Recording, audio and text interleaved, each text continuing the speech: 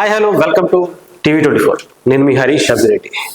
ఆంధ్రప్రదేశ్కి సంబంధించి పవన్ కళ్యాణ్ గారి శాఖల గురించి చాలా అద్భుతమైనటువంటి విషయాలు మనం రెగ్యులర్గా మాట్లాడుకుంటూనే ఉన్నాం.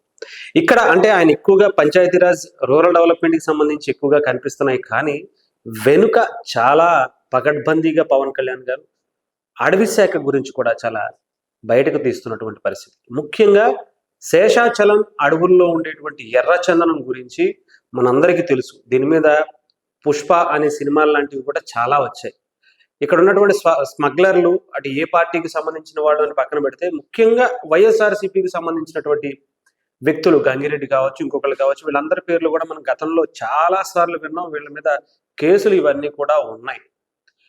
ఇక్కడ నుంచి మన శేషాచలం అడవుల్లో మాత్రమే ఉండేటువంటి ఒక టైప్ ఆఫ్ ఎర్రచందనాన్ని ఈ దేశ విదేశాలకు కూడా ఎక్స్పోర్ట్ చేసుకుంటూ అక్రమంగా తరలిస్తున్నటువంటి అనేక మంది కనిపిస్తూ వచ్చారు. కానీ మరి పవన్ కళ్యాణ్ గారు అధికారంలోకి వచ్చిన తర్వాత ఇవి ఎందుకని వినబడటం లేదు, కనబడటం లేదు. చాలా తక్కువ స్థాయిలో ఎవరో ఒకరిద్దరు వస్తున్నారు, పట్టుబడిపోతున్నారు. అసలు ఏం జరుగుతుంది? ఇక్కడ పవన్ కళ్యాణ్ గారి ధాటికి ముందే వార్నింగ్ ఇచ్చారట. అడవి శాఖలో ఉన్నటువంటి అధికారులకే కావచ్చు, లేదంటే బోర్డర్స్ దగ్గర ఉండేటువంటి పోలీస్ డిపార్ట్మెంట్కి కావచ్చు, ఒక్క దొంగ కూడా ఒక్క చిన్న ఎర్రచందనానికి సంబంధించింది కావచ్చు, అడవి శాఖకి సంబంధించినటువంటిది ఒక్కటి కూడా స్మగ్లింగ్కి గురి కాకూడదు అని. సో డెఫినెట్గా పవన్ కళ్యాణ్ గారు ఇచ్చినటువంటి, ఆయన ఇవ్వటమే కాదు, అది ఏం చేస్తారో కూడా తర్వాత అందరికీ తెలుసు. కాబట్టి చాలామంది అక్కడితోనే ఆగిపోవటమే కాకుండా ఎర్రచందనానికి సంబంధించినటువంటి కూలీలు కూడా పవన్ కళ్యాణ్ గారికి పడితే గనక, ఆయన దృష్టిలో పడితే మనం ఇంకా ఉండే పరిస్థితి లేదు, డెఫినెట్గా మనం ఆగాల్సిందే, ఆగిపోవాల్సిందే. అక్కడ ఉంది గబ్బర్ సింగ్ అనే ఉద్దేశంతో తమిళనాడు నుంచి అటు కర్ణాటక నుంచి వచ్చేటువంటి అనేక మంది స్మగ్లర్లు, కూలీలు కూడా భయపడిపోతున్నారంట ఆంధ్రప్రదేశ్ని చూసి. ముఖ్యంగా శేషాచలంలో ఉన్నటువంటి ఈ ఎర్రచందనాన్ని తీసుకువెళ్ళడానికి వచ్చేటువంటి అనేక మంది కూడా భయపడుతున్నటువంటి పరిస్థితి కనిపిస్తూ ఉంది.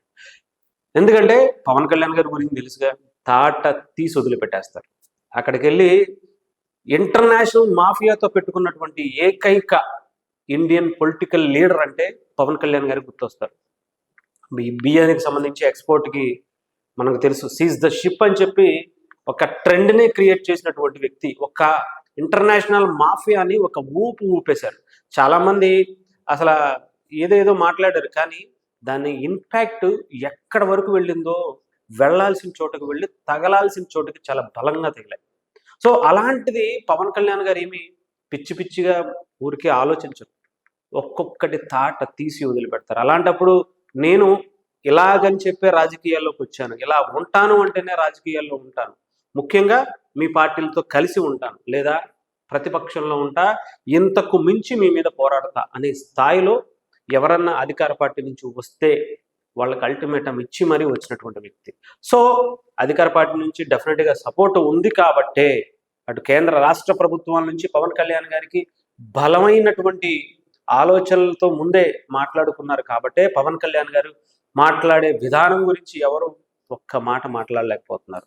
రేషన్ బియ్యం గురించి కావచ్చు, ఇంకా దేని గురించి అయినా సరే పవన్ కళ్యాణ్ గారు చాలా తీవ్రమైనటువంటి ఇది, అంటే ఆయన ఒక పవర్గా వాళ్ళని ఆపటానికి, వాళ్ళు ఎవరన్నా ఇక్కడ స్మగ్లింగ్ చేయడానికి కావచ్చు, ఎవ్వరు ఎంత పెద్ద మాఫియా వచ్చినా సరే నేను చూసుకుంటా అనే తరహాలో పవన్ కళ్యాణ్ గారు వార్నింగ్లు అయితే చాలా బలంగా సంకేతాలు పంపించారట. సో డెఫినెట్గా ఎలాంటి పుష్పరాజులైనా, ఇంకొక రాజులైనా, గంగిరెడ్లైనా, ఇంకొక రెడ్లైనా కానీ అక్కడ ఆగాల్సిందే.